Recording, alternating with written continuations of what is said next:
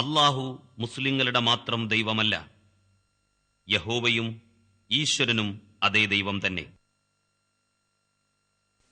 ഓരോ കാലഘട്ടത്തിലെയും മനുഷ്യരെ നേർമാർഗത്തിലേക്ക് നയിക്കാൻ സൃഷ്ടാവായ ദൈവത്തിൽ നിന്ന് ദൈവദൂതന്മാർ മുഖേന വേദഗ്രന്ഥങ്ങൾ നൽകപ്പെട്ടുകൊണ്ടിരുന്നു. ക്രിസ്താബ്ദം 7-ാം നൂറ്റാണ്ടിൽ ദൈവിക ഗ്രന്ഥങ്ങളുടെ പൂർത്തീകരണമായി അന്ത്യനാൾ വരേക്കുമുള്ള മനുഷ്യർക്കായി അവതരിക്കപ്പെട്ട ഗ്രന്ഥമാണ് പരിശുദ്ധ ഖുർആൻ. ശാസ്ത്ര പുരോഗതിയിലൂടെ മനുഷ്യൻ വളരെയേറെ മുന്നോട്ടു പോയിട്ടും 14 നൂറ്റാണ്ടുകൾക്ക് മുൻപ് അവതരിക്കപ്പെട്ട ആ ഗ്രന്ഥത്തിലെ ഏതെങ്കിലും ഒരു പരാമർശം തെറ്റാണെന്ന് തെളിയിക്കാൻ ഇതുവരെ സാധിച്ചിട്ടില്ല. അതുപോലെ ഖുർആനിൽ പറഞ്ഞ ചരിത്ര പരാമർശങ്ങൾ 100% സത്യമാണെന്ന് ഭൂമിയിലൂടെ സഞ്ചരിച്ചാൽ നമുക്ക് കാണാൻ സാധിക്കും. ഭൂമിയിലൂടെ സഞ്ചരിച്ച് മുൻകാല ചരിത്രത്തെക്കുറിച്ച് പഠിക്കാനും ഗുണപാഠങ്ങൾ ഉൾക്കൊള്ളാനും ഖുർആൻ നമ്മെ ഉത്ബോധിപ്പിക്കുന്നു. അധ്യായം 27 നംല് 69-ാം വചനം. قُلْ سِيرُوا فِي الْأَرْضِ فَانظُرُوا كَيْفَ كَانَ عَاقِبَةُ الْمُجْرِمِينَ. പറയുക, നിങ്ങൾ ഭൂമിയിലൂടെ സഞ്ചരിച്ച് കുറ്റവാളികളുടെ പര്യവസാനം എങ്ങനെയായിരുന്നു എന്ന് നോക്കുക. ഇതേപോലെയുള്ള ഖുർആനിക വചനങ്ങളിൽ നിന്നും പ്രചോദനം ഉൾക്കൊണ്ടുകൊണ്ട് ഖുർആനിൽ പരാമർശിച്ച ചരിത്ര സംഭവങ്ങൾ നടന്ന സ്ഥലങ്ങൾ ഞങ്ങൾ സന്ദർശിച്ചുണ്ടായി. അവിടെയുള്ള ചരിത്രാവശിഷ്ടങ്ങൾ ഞങ്ങൾ വീഡിയോയിൽ പകർത്തി. ആദം അലൈഹിസ്സലാം മുതൽ മുഹമ്മദ് നബി സല്ലല്ലാഹു അലൈഹി വസല്ലം വരെയുള്ള ചരിത്ര സംഭവങ്ങൾ കാലക്രമത്തിൽ നിങ്ങൾക്ക് വേണ്ടി ഞങ്ങൾ ഇവിടെ അവതരിപ്പിക്കുന്നു. ഇതിനു വേണ്ടി ഞങ്ങൾ Saudi Arabia, Egypt, Jordan, Oman, UAE, Iran, Armenia, Soviet Georgia, തുർക്കി, ഇറാഖ്, കുർദിസ്ഥാൻ, ലെബനൻ, യമൻ തുടങ്ങിയ രാഷ്ട്രങ്ങളിലെ നഗരങ്ങളും നാട്ടിൻപുറങ്ങളും മരുഭൂമികളും സമുദ്രങ്ങളും മഞ്ഞുമൂടിയ മലകളും താണ്ടിക്കടന്ന് പകർത്തിയെടുത്ത ദൃശ്യങ്ങളാണ് നിങ്ങളുടെ മുമ്പിൽ അവതരിപ്പിക്കുന്നത്. ആദം അലൈഹിസ്സലാം.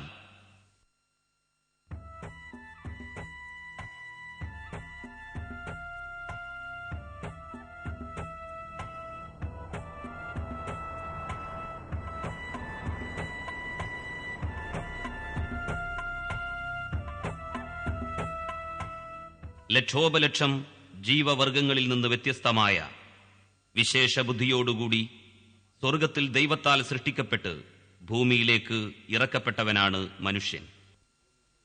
മക്കയിൽ നിന്ന് ഏതാനും കിലോമീറ്റർ അകലെ അറഫയിലെ ഈ ജബലുർ റഹ്മയിലാണ് മനുഷ്യവർഗത്തിന്റെ ആദിപിതാവായ ആദമും ആദിമാതാവായ ഹവ്വയും ഭൂമിയിലെത്തിയ ശേഷം തമ്മിൽ കണ്ടുമുട്ടിയത് എന്നതാണ് പ്രമുഖമായ വ്യാഖ്യാനം.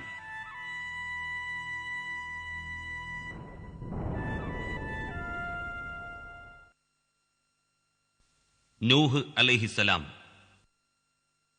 ദൈവദൂതനായ നൂഹ് നബി ജീവിച്ച പ്രദേശങ്ങൾ ഇപ്പോഴത്തെ ഇറാഖിലാണ്. ബിംബാരാധകരായ സുമേറിയൻ ജനതയെ അദ്ദേഹം സത്യവിശ്വാസത്തിലേക്ക് ക്ഷണിച്ചു. 950 വർഷം അദ്ദേഹം പ്രബോധനം ചെയ്തതായി ഖുർആൻ വ്യക്തമാക്കുന്നു. ദീർഘകാലം പ്രബോധനം ചെയ്തിട്ടും അല്പം ആളുകൾ മാത്രമേ സത്യവിശ്വാസികളായുള്ളൂ. ഭൂരിപക്ഷം വരുന്ന ധിക്കാരികളെ നശിപ്പിക്കാൻ അല്ലാഹു തീരുമാനിച്ചു. മരപ്പലകകൾ ഘടിപ്പിച്ച് ഒരു കപ്പലുണ്ടാക്കുവാനും സത്യവിശ്വാസികളെയും വംശം നശിക്കാതിരിക്കാൻ എല്ലാ ജന്തുവർഗങ്ങളുടെ ഇണകളെയും അതിൽ കയറ്റാൻ അല്ലാഹു കൽപ്പിച്ചു. ഇറാഖിലെ കൂഫയിൽ ഇവിടെ വെച്ചാണ് അതുണ്ടാക്കിയത് എന്നാണ് ആധികാരികമായ അഭിപ്രായം. പശ്ചാത്തലത്തിൽ കാണുന്നത് ചരിത്രപ്രധാനമായ കൂഫ പള്ളി. ആകാശം പേമാരി കുത്തിച്ചൊരിഞ്ഞു. എങ്ങും ഉറവകൾ പൊട്ടിയൊലിച്ചു.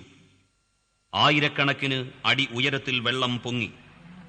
സത്യനിഷേധികളെല്ലാം ചത്തൊടുങ്ങി. ദിവസങ്ങൾക്കു ശേഷം വെള്ളം ഇറങ്ങിത്തുടങ്ങി. നൂഹ് നബിയുടെ കപ്പൽ ജൂതി പർവ്വതത്തിന്മേൽ ചെന്നുറച്ചതായി 11-ാം അധ്യായം 44-ാം സൂക്തത്തിൽ അല്ലാഹു പറയുന്നുണ്ട്. وقيل يا أرض ابلعي ماءك ويا سماء أقلعي وغيض الماء وقضي الأمر واستوت على الجودي وقيل بعدا للقوم الظالمين. നൂഹ് നബിയുടെ കപ്പൽ തട്ടി നിന്ന തുർക്കിയിലെ ജൂതി പർവ്വതം കുർദിസ്ഥാന്റെ വടക്കേ അറ്റത്തു നിന്നുള്ള ദൃശ്യം. 6800 അടിയാണ് ഇതിന്റെ ഉയരം.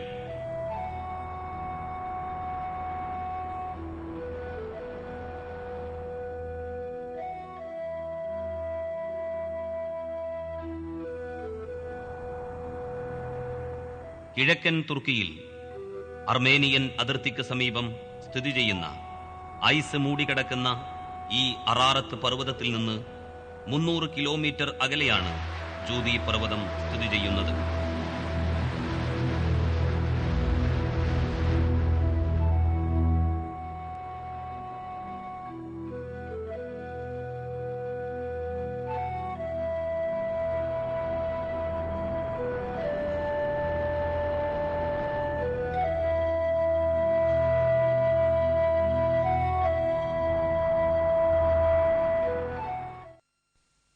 ആദ് സമുദായവും ഹൂദ് നബിയും. ഏകദേശം 7000 വർഷങ്ങൾക്ക് മുൻപ് ഇന്നത്തെ ഒമാനിൽ ഉൾപ്പെട്ട ഷിസറിൽ മൺമറഞ്ഞു പോയതും 1992 ഉത്ഖനന ഗവേഷണത്തിലൂടെ മണൽ കൂനകൾ മാറ്റിയപ്പോൾ കണ്ടെത്തിയതുമായ അഹ്കാഫ് അഥവാ ഉബാർ എന്ന പ്രദേശത്തേക്കാണ് നാം യാത്ര ചെയ്യുന്നത്. ഇത് ഒമാനിലെ സ്വലാല. ഇവിടുന്ന് 172 കിലോമീറ്റർ മരുഭൂമിയിലൂടെ സഞ്ചരിച്ചാൽ ഉബാറിലെത്താം.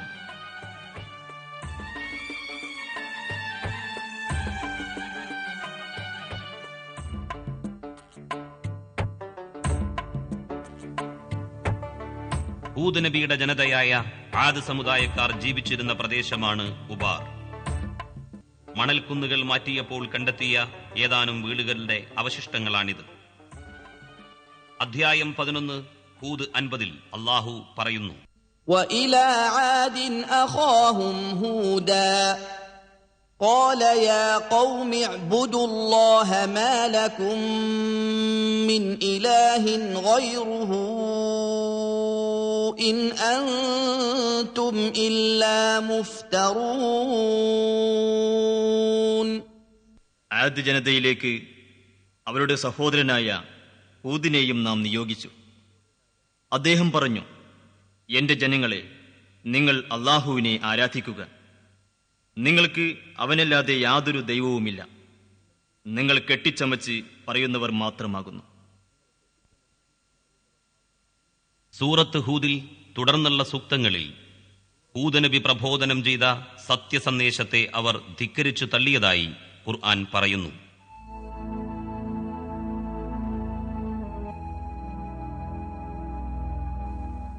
ആദ് സമുദായത്തിന് അല്ലാഹു സമൃദ്ധമായി ജലം നൽകി. അക്കാലത്ത് അവർ ഉപയോഗിച്ചിരുന്ന ഒരു കിണറാണിത്. ഇപ്പോഴും അതിൽ വെള്ളം സമൃദ്ധമാണ്. അധ്യായം 89 അൽ ഫജ്ർ 6, 7, 8 സൂക്തങ്ങൾ. ألم تر كيف فعل ربك بعاد إرم ذات العماد التي لم يخلق مثلها في البلاد. ആദ് സമുദായത്തെ നിന്റെ രക്ഷിതാവ് എന്ത് ചെയ്തു എന്ന് നീ കണ്ടില്ലേ? അഥവാ തൂണുകളുടെ ഉടമയായ ഇറം ഗോത്രം. അതിനു തുല്യമായിട്ടൊന്ന് രാജ്യത്ത് സൃഷ്ടിക്കപ്പെട്ടിട്ടില്ലാത്ത ഗോത്രം.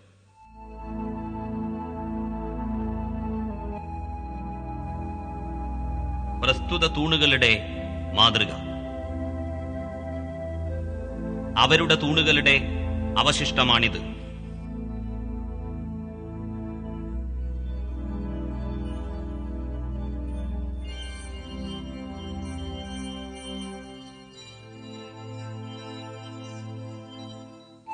ആദ് സമുദായം ഉപയോഗിച്ച വസ്തുക്കൾ.